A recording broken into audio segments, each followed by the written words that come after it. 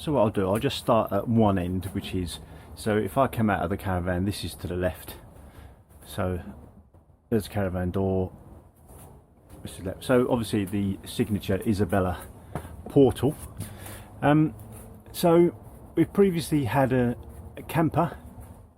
Now we're very pleased with the camper, Kampa 400 Air. We've had it for just over 4 years, 4.5 years, and it's done us really well. Now we have had issues with condensation and well, I have had to reproof it and it hasn't made a difference. So really, we got a bit fed up with it because of that. But it's a very good awning. I've got no problems with it. We had no problems with it at all other than that. It's just time for a change really. And this one came up, like I say, I like to believe in fate, and this kind of came up just at the right time, at the right price.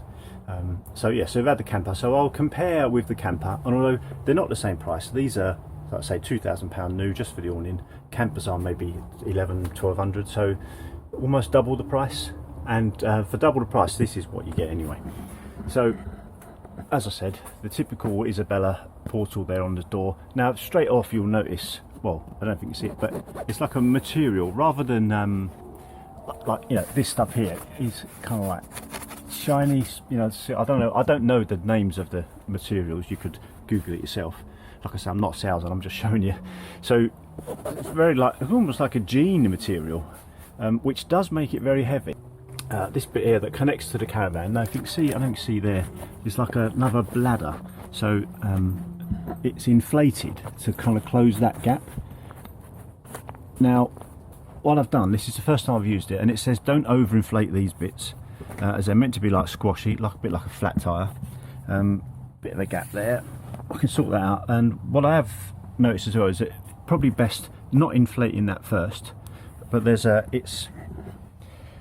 peg that basically goes under there that pulls this tight. So I think do that first and then inflate this. That would make it nice and tight. But we had a bit of shocking weather last night, and it held up really well. Then I'll go just onto the air beams again, comparing it with camper. These are almost double, I would think, double the width of the camper, which makes it more sturdy. Do you need it more sturdy? I don't know. I'm just saying that about double the thing, but again, it is double the price. Very nice pattern ceiling there, and the ceiling with these strips here, which make it bring in a lot of light. So this is the first time I put it up, and I've had it so 24 hours, so bear with me. Here you got the on and off. Actually this one is rather weirdly on somehow upside down, so I'll have to sort that out.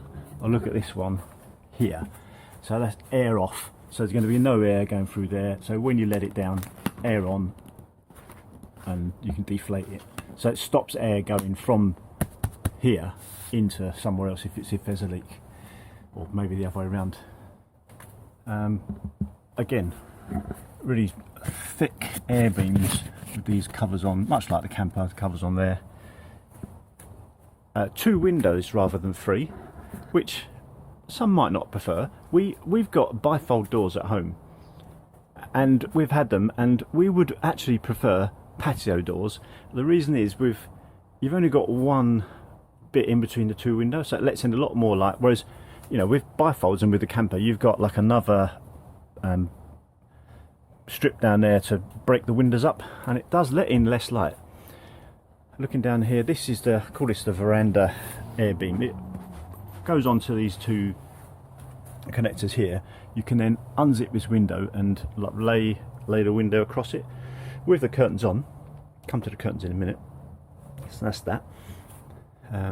You could have one fitted the other side as well. Now all these air beams, including the one above, sit on this kind of hook there. I've got to straighten it up a bit, including these ones. So they will, if you need to replace them, take that off and just unhook that, and it can be replaced. Plenty of hooks. I think these are for, you could get like a ceiling thing to stop the condensation. We won't bother. We had one with the camper, and it sort of restricted the light a lot. While I'm at the curtains here, these ingenious idea, these curtains, just hook on and off. These things, just you push them on there and lock that in place, so that slides up and down a little rail there, and then the curtains just hook on. Oh, I just missed that. Hook on there. That's it, and then they slide across. You get all these with it. You get these little fancy things there for holding the curtain back. Don't know what they're called. Curtain backs, I suppose. Who knows?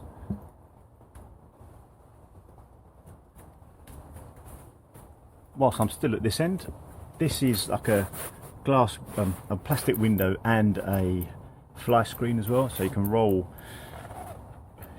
this bit up and let air in. Again, the whole door zips off, as with most awnings.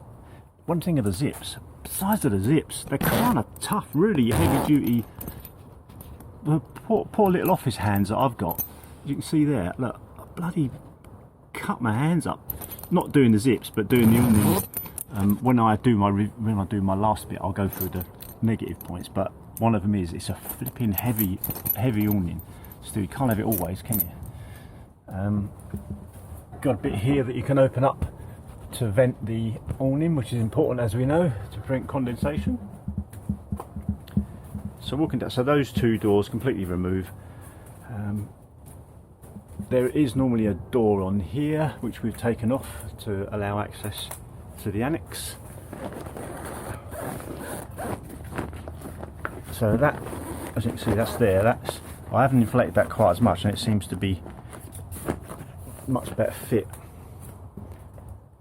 So this is the annex. So this annex here zips on, and man, it's difficult. There's a knack. I think there's a knack to it. It took us about half an hour messing around. I think if you got this door open and you can lean in, as you can see, the air beams hook on there. So it kind of zips on here, zips on here, and you've got those two air beams that hook on there, hooks there. Now, one of the things we liked about this annex, as opposed to a lot of the others you get on the market, is it's quite tall. I mean, this is maybe 5.5 foot tall, this bit here.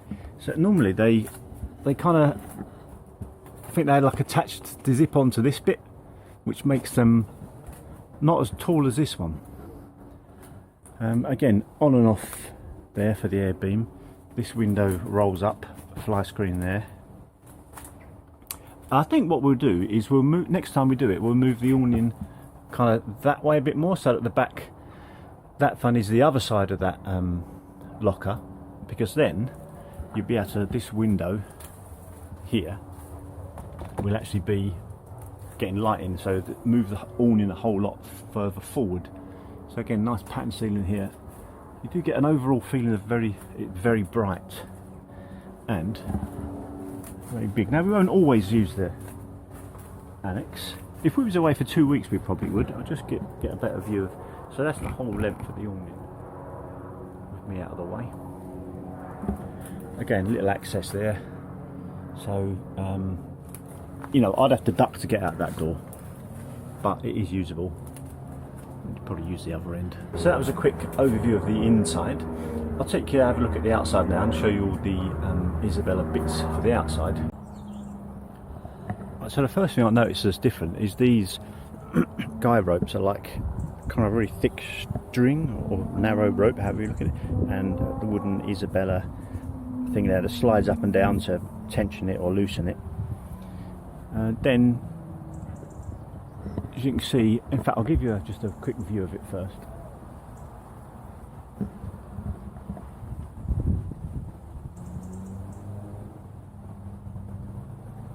So that was the outside, obviously.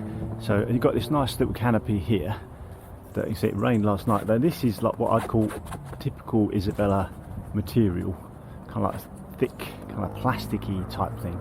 So you've got these that hook on here to kind of bring the ends down a bit to make the water run off quicker, I guess. Isabella branded at the bottom. Now these are different as well. These, I haven't done all of them, but these stringy, they're really, seem really heavy duty on there, and maybe easier than the ladder. You just stretch it round rather than get it in a slot. Again, it all adds to the price.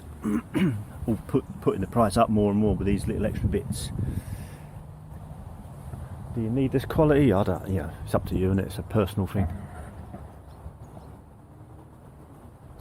So it's mid-October now, and it's bit wet out here. So you can see, what I've noticed is this canopy here does keep a lot of the water off the outside, but this does keep the rain off the windows.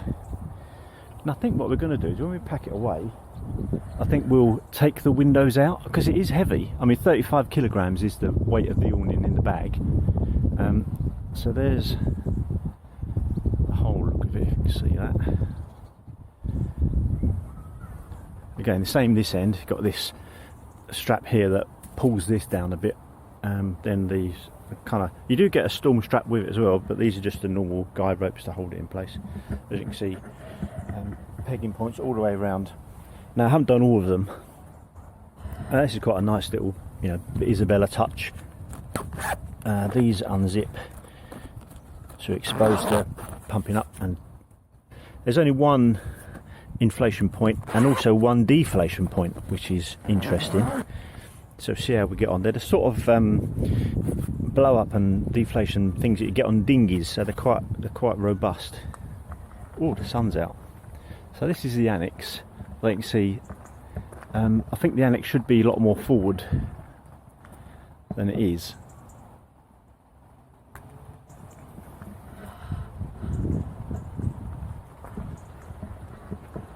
So that's pretty much the outside. Again, lots of places where you can pump, attach it.